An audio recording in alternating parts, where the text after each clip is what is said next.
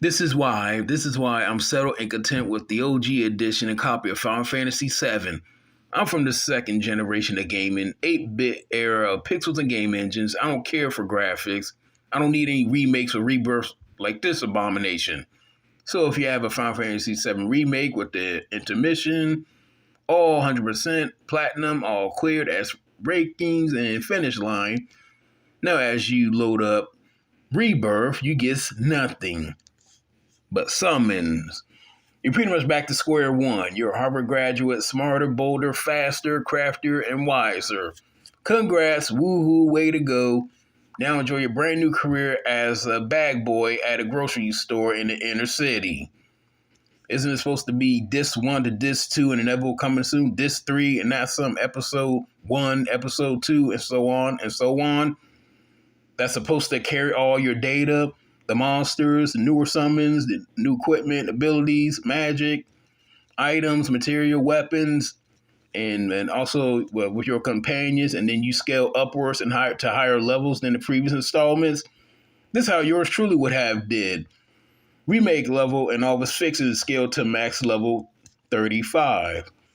Rebirth level and all of its fixes is scaled and max up to, you begin at level 35, but then you go to 70. The third I'm assuming it's going to be called Retribution, but it could be something else. Level and all of its fixes scaled up to max level 70 to 100. Makes much more sense, doesn't it? Everybody wins in this scenario, yes? If you skip Remake and Rebirth, so you're level 70. And if you didn't grind blood, sweat, and tears and plow through both Remake and Rebirth, you deserve a whole lot more than just a nothing degree. By the way, level 35 and level 70 can be, just as epic and heroic and ferocious.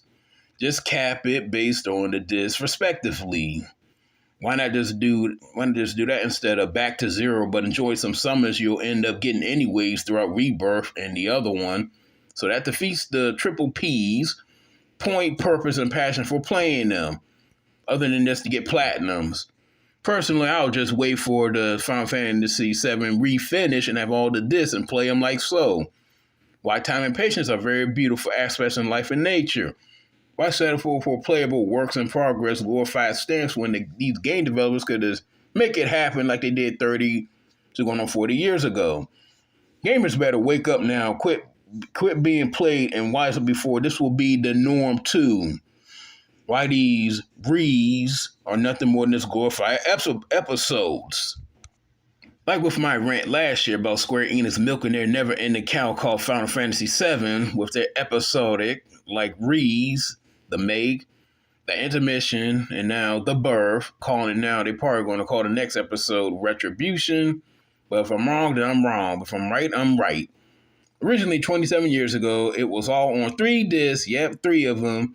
Then had to spend an extra $49.99 at that time in the late 90s to early 2000s to imagine paying disc 1 in January 97, then disc 2 in March 2001, and then disc 3 in April 2005. You will all buy it up anyway, hook, line, and sinker, then complain about it in 2006 over to 2027 to mark the 30th anniversary of Final Fantasy VII. Not to mention the PS4 is still getting robbed from its disc 2 and 3. I get it, I know. The PS5 is the current gen console. If anything, the PS5 is going to 4 years old now. 4 years. Yeah, that pandemic stopped everything, but time kept on going and moving and going and moving. Yeah. PS5 is almost half a decade old. Wow. Anybody saying the PS4 couldn't run Rebirth or Retribution or whatever it's going to be called forgot that The Witcher 3, Destiny 1 and 2, God of War Ragnarok, GT Sport, Battlefield, The Last of Us 2, Red Dead Redemption 2, Elder Scrolls Online, all of them run up to 100 or more gigabytes. Remake still plays fine, say what you will. And say what you will about this brand, the Call of Duties, Modern Warfare 3, and Warzone games. Some things fetch up to 150 gigabytes or more, which is the same gigabyte as Rebirth. So once again, I want to hear those Rebirth can't play on PS4, Claptracks and Strawmans. Forbidden West is another one that could totally run the PS4, but Sony wants to be donkeys. No Kong, just just chumps, gimping their own console. Either it's 10 years old, it can still run these games because they was built on that hardware. These games just don't come out of the blue, you know. So tisk tisk tisk tisk tisk.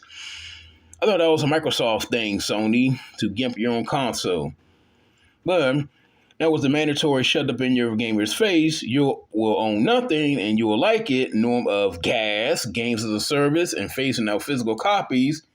Continue to cash out, break your banks, and shell out your wallets. Because the fun has just begun. No victory fanfares, no level ups, no you do not pass go, and you definitely no free parking. You want to play with power? You got to pay up.